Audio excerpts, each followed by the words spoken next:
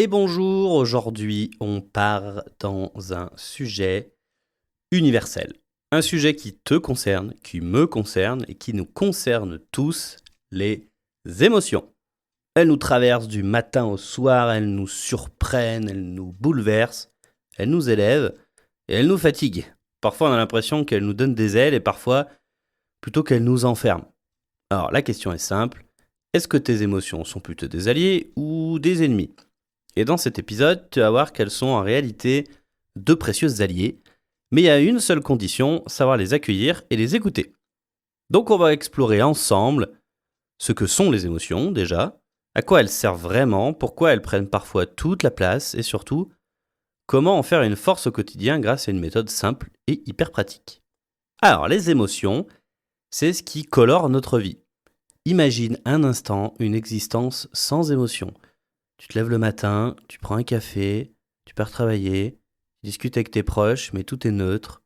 Pas de joie, pas de tristesse, pas de peur, pas de colère, juste plat. Ça ressemblerait à un film muet en noir et blanc, sans relief, sans intensité. Les émotions, c'est ce qui donne de la saveur à nos journées. Mais soyons honnêtes, on a une relation un peu compliquée avec elles, et dans notre culture, on a appris à les voir comme des faiblesses, des choses qu'il faudrait contrôler, maîtriser, voire cacher. Combien de fois t'as entendu « Oh, pleure pas, faut être fort, calme-toi, arrête d'être en colère, ou t'as pas de raison d'avoir peur, t'es trop sensible. » Et bien résultat, on se méfie de nos émotions. On se demande si elles sont un obstacle ou un atout. Et parfois on en vient même à souhaiter « Si seulement je pouvais ne plus rien ressentir. » Mais est-ce vraiment une bonne idée ? C'est ce qu'on va éclaircir ensemble. Alors, qu'est-ce qu'une émotion concrètement ? D'un point de vue scientifique, une émotion, c'est une réaction automatique et rapide du cerveau et du corps face à une situation. Ton cerveau perçoit quelque chose, ça peut être une image, un son, une odeur, une sensation corporelle ou même une pensée, et il déclenche en une fraction de seconde une réponse physiologique. Et en moyenne, une émotion dure 90 secondes maximum dans le corps si on ne la retient pas par des pensées qui font qu'on va l'entretenir. Le cœur s'accélère, la respiration change, les muscles se tendent ou se relâchent. Ton organisme se prépare à agir avant même que tu aies le temps de réfléchir. Et c'est un mécanisme de survie. Nos ancêtres, ils n'avaient pas le temps d'analyser calmement s'il fallait fuir ou se défendre devant un danger.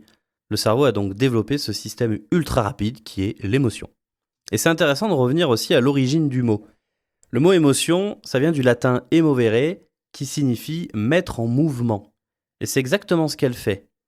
Une émotion, c'est une énergie qui te pousse à bouger, à réagir, à t'adapter. Les neurosciences l'ont prouvé, c'est de l'énergie qui circule à l'intérieur de nous. Et en anglais, on retrouve la même racine. Émotion qui contient motion, motion, le mouvement. Donc quand une émotion arrive, c'est ton corps qui dit « bouge, adapte-toi, quelque chose d'important est en train de se passer ». C'est pour ça que vouloir bloquer ou nier une émotion ne marche pas. C'est comme essayer d'arrêter une vague avec les mains, complètement inutile. D'ailleurs, c'est un peu comme dans ta voiture. Tu as des voyants qui s'allument sur le tableau de bord. Quand tu as le voyant moteur qui s'allume, tu mets pas un coup de Tipex dessus, tu vas chez le garagiste pour savoir ce que c'est. Les émotions, c'est pareil. Et les chercheurs ont identifié 6 émotions de base universelles. Elles existent dans toutes les cultures, et même les bébés les expriment naturellement. Les voici. La peur te prépare à réagir face à un danger. Sans peur, tu traverserais la route sans même regarder. La colère te signale qu'une limite est franchie. Sans colère, tu laisserais les autres empiéter sur ton espace ou tes droits. La tristesse t'invite à ralentir, à te replier, à chercher du soutien. Sans tristesse, tu ferais jamais le deuil d'une perte ou tu continuerais comme si de rien n'était. La joie te donne de l'élan, tu te pousses à répéter ce qui est bon pour toi et nourrit tes liens avec les autres. Sans joie, ta vie serait mécanique, sans motivation. Le dégoût te protège de ce qui pourrait être nocif ou inacceptable, que ce soit un aliment avarié ou une situation contraire à tes valeurs. Sans dégoût, tu serais vulnérable à tout ce qui peut te nuire. Et enfin, la surprise, elle t'alerte quand la réalité ne correspond pas à ce que tu attendais. Elle dure quelques secondes, mais elle te force à mettre à jour ta vision du monde. Sans surprise, tu serais figé dans tes certitudes. Et chacune a donc une fonction précise et utile. Quelques exemples. Tu ressens de la peur, un examen important, c'est ton corps qui mobilise son énergie pour que tu sois concentré. Tu ressens de la colère quand quelqu'un manque de respect à un proche, ton émotion te dit de défendre tes valeurs. Tu ressens de la tristesse après une rupture, ton corps te pousse à ralentir pour intégrer la perte. Tu ressens de la joie quand tu retrouves un ami, ton émotion te renforce dans tes relations sociales, ou alors tu ressens du dégoût en goûtant un aliment avarié, c'est ton système d'alerte biologique qui t'évite une intoxication. Et tu ressens de la surprise quand quelqu'un surgit derrière toi, ton cerveau arrête tout et met à jour ses informations. Les émotions, c'est donc des messagères. Elles ne sont ni bonnes ni mauvaises. Elles sont des signaux qui disent « Attention, il se passe quelque chose qui mérite ton attention ». Et les neurosciences confirment ça. Quand tu nommes une émotion, il se passe un phénomène mesurable dans ton cerveau. Le cortex préfrontal, la zone de réflexion, du raisonnement, va s'activer, alors que l'amygdale, le centre d'alerte émotionnelle, va se calmer. Résultat, tu passes d'un état de réaction automatique à un état de conscience plus apaisé. Donc juste dire ou se dire dans sa tête « je suis triste »,« je suis en colère » ou « j'ai peur », c'est déjà apaiser l'intensité de l'émotion. Et en PNL, on dit que l'émotion est une énergie en mouvement. Elle est faite pour circuler comme une vague, mais souvent on essaie de la bloquer. Il faut pas que je sois en colère, il faut que je sois fort et que je ne pleure pas, que j'arrête d'avoir peur parce que c'est ridicule. Le problème, c'est qu'une émotion bloquée ne disparaît pas. Elle reste coincée et finit par s'amplifier. Comme une cocotte minute, si tu fermes la soupape, ça explose un jour ou l'autre. Et ça se traduit par des crises d'angoisse, des douleurs physiques, migraines, tensions, troubles digestifs, des comportements disproportionnés, explosion de colère, repli total sur soi-même. Tu vois, le problème, c'est donc pas l'émotion elle-même, le problème c'est ce qu'on en fait. Les émotions sont des alliés, des messagères, des guides. Ça a un GPS à l'intérieur de toi. Mais si on les rejette ou si on les nie, elles se transforment en fardeau. Alors, qu'est-ce qui se passe quand on vit nos émotions comme des ennemis ? La plupart du temps, on tombe dans un cercle vicieux. Une émotion surgit, on la juge immédiatement. « Ah, je devrais pas avoir peur » ou « c'est nul d'être triste pour ça » ou « je devrais pas me mettre en colère, je vais passer pour quelqu'un de faible ». Et ce jugement ajoute une couche de culpabilité, de honte ou d'autocritique. Résultat, l'émotion initiale ne disparaît pas, elle se renforce et tu te retrouves avec 2 problèmes au lieu d'un. Prenons la peur. Tu dois prendre la parole en public. Tu ressens le trac, c'est normal, ton cerveau perçoit un enjeu social assez fort.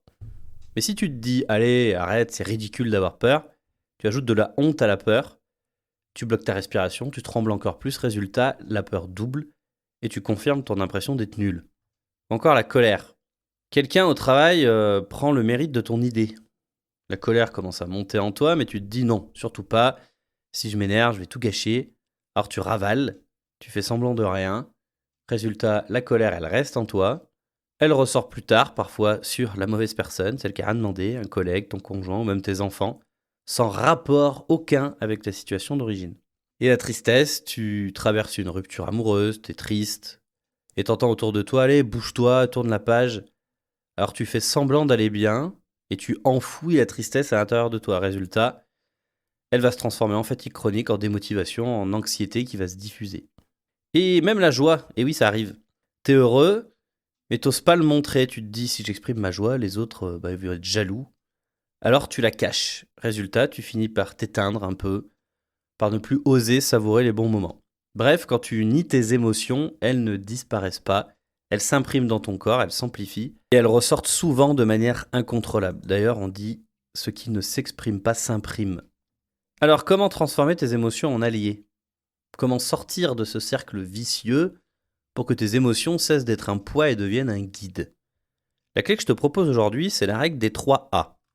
Le premier A, c'est pour accueillir. Reconnaître l'émotion, juste ça, ne pas faire semblant qu'elle n'est pas là. C'est comme dire bonjour à quelqu'un qui frappe à ta porte. Par exemple, ok, je sens que je suis en colère. Ou oui, je ressens de la peur. Ou je suis triste là, tout simplement. Ça, c'est la première étape. Et déjà, rien que ça, je te garantis que ça change tout. Le deuxième A, c'est accepter. Accepter, ça ne veut pas dire se résigner. Ça veut dire comprendre que cette émotion, elle a un rôle, une logique. Exemple, c'est normal que j'ai peur avant ce rendez-vous important parce que ça compte pour moi. Ou c'est logique que je sois en colère parce que là, il y a une limite qui a été franchie. Et c'est naturel d'être triste, j'ai perdu quelque chose d'important ou quelqu'un d'important. Et quand tu acceptes, tu arrêtes ta lutte intérieure. Et tu passes d'un combat contre toi-même à une écoute de toi-même plutôt. Et le troisième A, c'est agir. La dernière étape, c'est l'action. Si tu fais rien, rien ne changera. Donc tu transformes le message de l'émotion en une petite action concrète. Exemple avec la peur, si le message c'était « Ah, il y a un enjeu, faut se préparer », L'action, ça peut être de mieux t'organiser, de faire une respiration avant ou de demander du soutien à quelqu'un.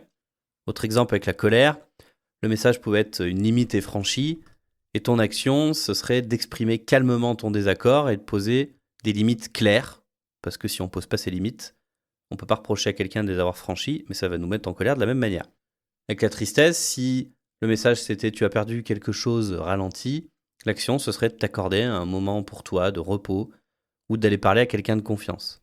Ou même avec la joie, si le message c'est ce que tu vis là est bon pour toi, et ben l'action ça peut être simplement de savourer, de partager et de renforcer ce qui vraiment t'élève et est important pour toi. Alors voilà l'invitation de la semaine.